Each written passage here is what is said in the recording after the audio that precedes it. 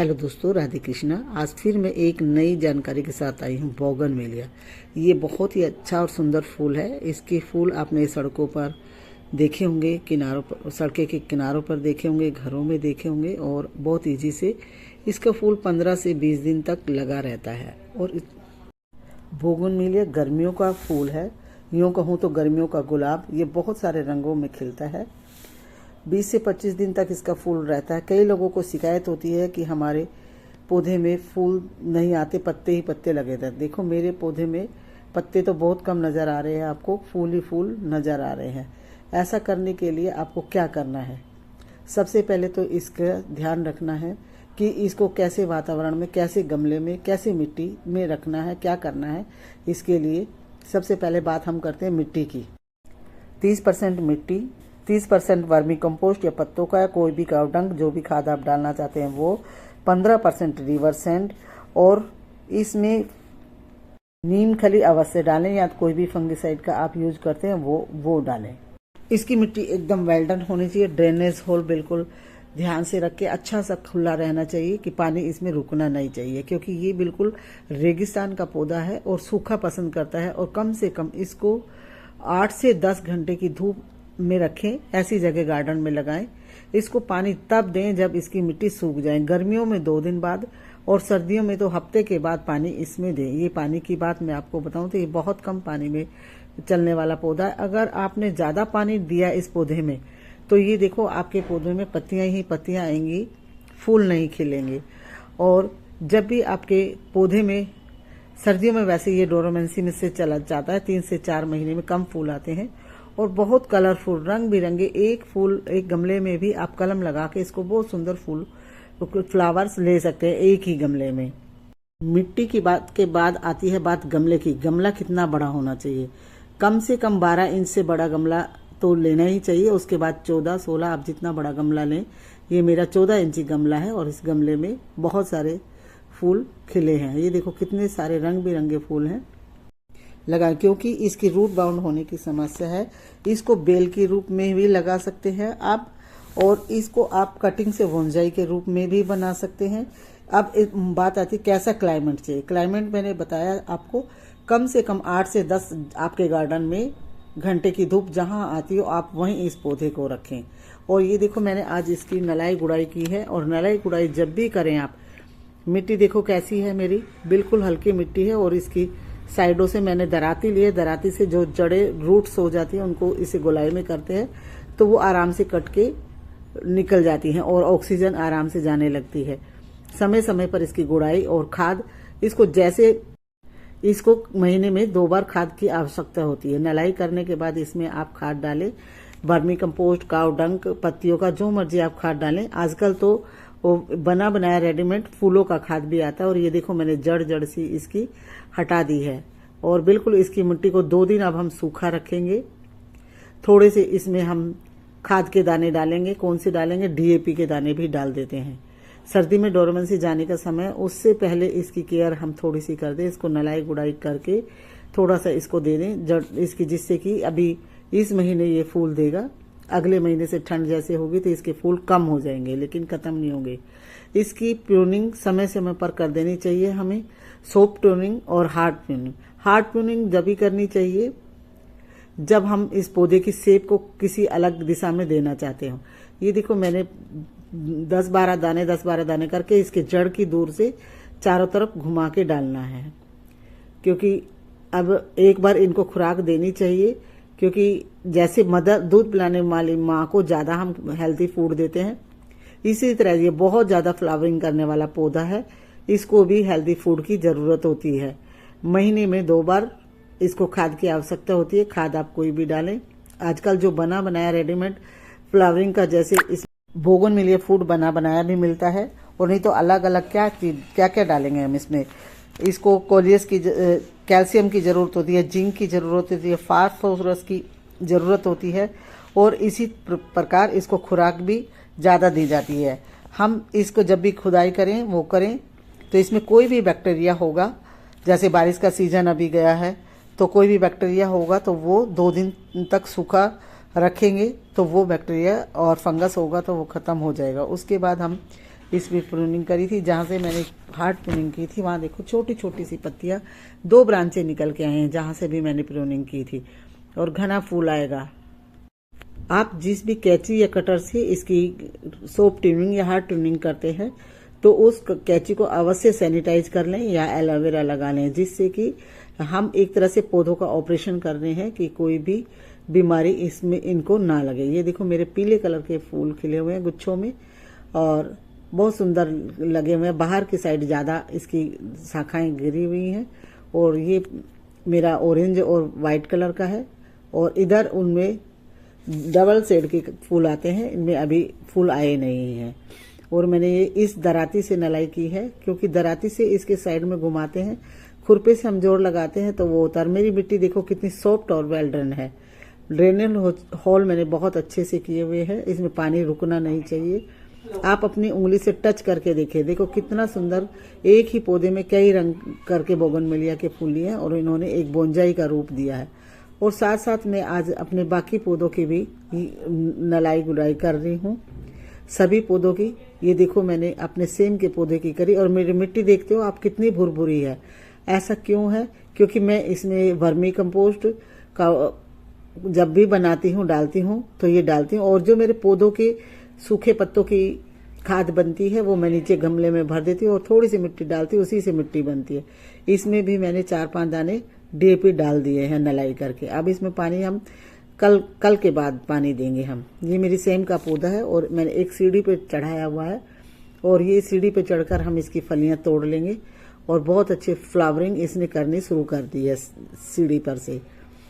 और इसी प्रकार मैंने अपने सारे पौधों की आज नलाई गुड़ाई का काम किया है, क्योंकि इनको भी ऑक्सीजन की ज़रूरत है। समय समय पे जो भी बारिश का मौसम गया उसके बाद से छोटे छोटे पौधे खरपतवार भी जम जाती है, उसको भी उखाड़ फेंका। ये सेम में देखो कितने सारे ये आए हुए हैं, फूल आए हुए हैं और फलियां भी बनने लगी हैं छोटी छोटी। ये मेरी पानी की टंकी में मैंने लगाया हुआ है, और इसमें भी आज मैंने नलाई गुड़ाई कर दी है। मेन टॉपिक था हमारा बोगनविलिया। बोगनविलिया में कैसे हम क्या क्या क्या और करें। ये धूप का पौधा है, धूप में इसको रखें और इसकी सॉफ्ट प्रूनिंग करते रहना चाहिए। जब भी फूल इसका 25 दिन बाद गिरे तो उससे 4 उंगल हटा के इसके फूल के नीचे से कटाई कर देनी चाहिए। वहां से 2 ब्रांच निकलेंगी और घना और खुला बनेगा। ये देखो मुझे खुरपे की भी जरूरत नहीं है, मेरी मिट्टी इतनी हल्की और वेल्डन होती है। ये देखो मैं टंकी में हाथ से ही गुड़ाई कर रही हूँ, तो हाथ से गुड़ाई करने से भी गुड़ाई हो रही है। ये मेरे यहाँ से सेम की बेल लगी हुई है, 2-3 इतनी सेम लगेगी कि मैं अपने पड़ोसियों को भी सेम खिलाऊंगी, और हर बारी खिलाती हूँ। इतनी ज़्यादा सेम हो जाती है, बच्चे खा खा के परेशान हो जाते हैं। और सेम की पत्तों के मैं फ़ायदे बताऊँ। इसके पत्तों को आप उसमें रगड़ के मिक्सी में पीस के इसका जो जूस निकलता है, जैसे एक्जिमा या खारिश जैसा हो रहा है, खुजली जिसको कहते हैं, एलर्जी, उस पे लगा देते हैं दाद खाद खुजली पर, तो ये ठीक हो जाता है। सेम के पत्तों का रस निकाल के मिक्सी में पीस के थोड़ा सा, तो ये बहुत ही बेटर आयुर्वेदिक औषध भी है। इसके पत्तों की नॉलेज शायद आपको नहीं होगी। ये हम पौधा लेके आए थे, उसमें छोटे छोटे से नीले फूल खिले हुए थे, बीच बीच में मैंने इसमें दिखा दिया। ये 2 तरह के सिंगोनियम भी लाए थे, 3 तरह के सिंगोनियम मेरे पास पहले से ही है। तो ये बीच बीच में गार्डन का भी थोड़ी थोड़ी सी बातें आ जाती है। और ये मैंने मेरे डब्बे बोतल इकट्ठे कर लिए हैं। अब सर्दियों में जैसे फूलों के पौधे आएंगे तो मैं उनमें लगाऊंगी। जैसे मैंने झाड़ू लगा के अभी मैंने ये अपने सूखे पत्ते वगैरह भरे हैं, ये भी मैं गमलों में नीचे भर देती हूँ। और वर्मी कोकोपीट मैं अपने मिट्टी में ज़रूर मिलाती हूँ कि छत पे एक तो हल्का रहता, वजन नहीं होता। देखो ये सेम की फली भी बन गई है एक, क्योंकि छत पे वजन नहीं होता। मेरा मकान 100 साल पुराना है। और अब हम आगे चलकर आपको दिखाते हैं कि कैसे हमने अपने सभी पौधों में खाद डाला। और इस दराती से, ये दराती देख रहे हैं, सब खुरपे से नलाई करते हैं, लेकिन मैंने दराती से की है। और मैं सभी में नलाई गुड़ाई करूँगी। ये मैंने नलाई करी अपने बैंगन के पौधों की। बैंगन के पौधों को भी ऑक्सीजन की ज़रूरत इनको भी होती है, सांस लेने की ज़रूरत इनको भी होती है, इनकी जड़ों को। और जो एक्स्ट्रा रूट बन जाती हैं उनको अगर हम काटते रहते हैं तो वो आगे से दोबारा से जितना हम रूट बढ़ेगी उतना ही पौधा ऊपर से ग्रोथ करेगा। ये मैंने देखो बैंगन भी मेरे में छोटे छोटे लगे हुए हैं, ये तुलसी के पौधे। और ये जो मैं घास ये दिखा रही हूँ, खरपतवार जो मैं निकाल रही हूँ, मैंने आपको पहले भी बताया, इसको लोनी कहते हैं, लोनी कहते हैं। और ये बहुत अच्छी होती है, बहुत मेडिसिन। सबसे बड़ा इसका औषध उपाय क्या है मैं अपने शब्दों में बताऊंगी, जो मेरी दादी नानी कहती थी। इस लोनी की भुज्जी बनाती थी और खिलाते थे। इससे B12 की कमी हमारे बॉडी में नहीं रहती। जैसे कहते हैं कि मांस मिट्टी खाने से ही विटामिन B12 की कमी पूरी होती है। ये बीच बीच में जो मेन टॉपिक था हमारा बोगनविलिया का, तो बोगनविलिया बहुत ही सुंदर पौधा है और इसके पत्ते फूल खिले रहते हैं 25 दिन तक, करीब करीब इसके फूल खिले रहते हैं। ये देखो बैंगन लगे हुए हैं छोटे छोटे सुंदर सुंदर। मैंने अब बैंगन के पौधों की नलाई कर रही हूँ मैं।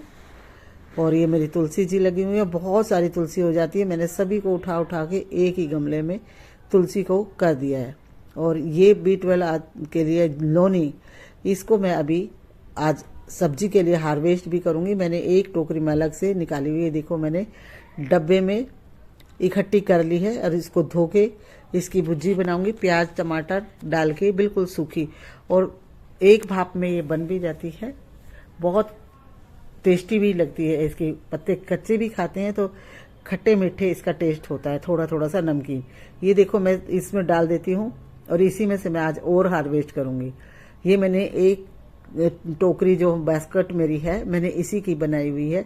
और इसको हम महीने में 15 दिन में एक बार हार्वेस्ट कर लेते हैं और फिर इतनी ज़्यादा हो जाती है। ये देखो बिल्कुल ईजी से मैं इसको एक जाल सा बन जाता है इसका, ये पूरा जाल सा बन जाता है। और मैंने इसको आज हार्वेस्ट भी किया है।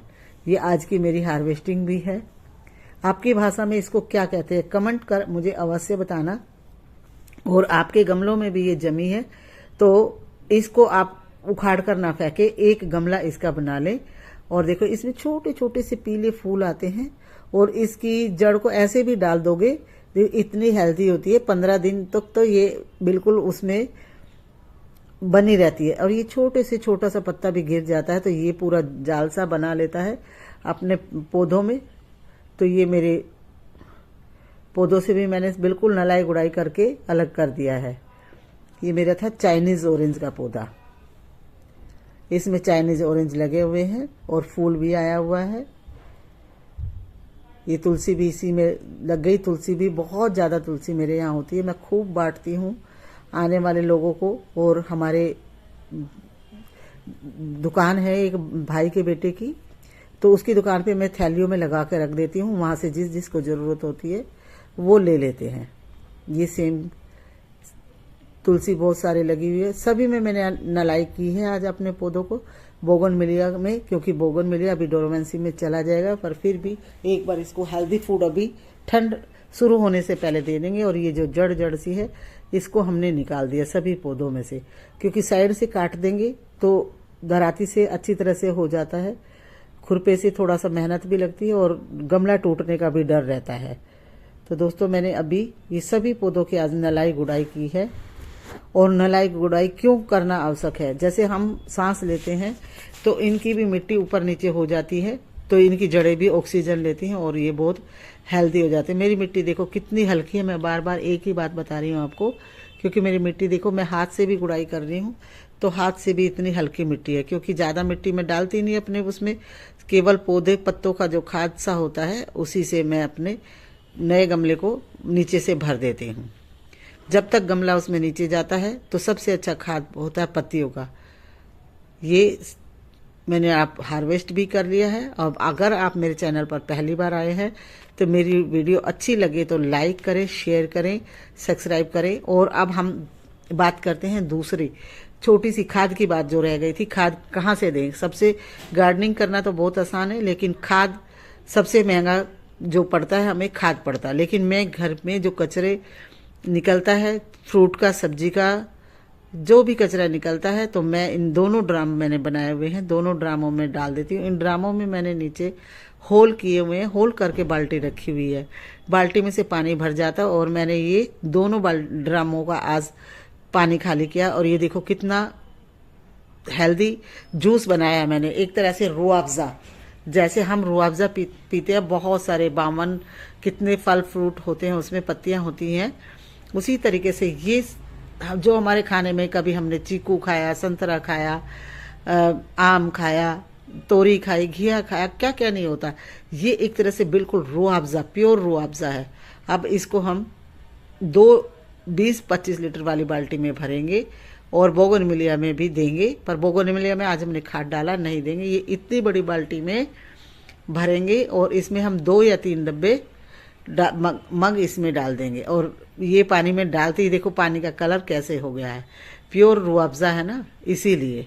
तो इतनी बड़ी बाल्टी में हमने इसको पानी को मिलाया और ये हमने अपने सभी पौधों के लिए तैयार किया।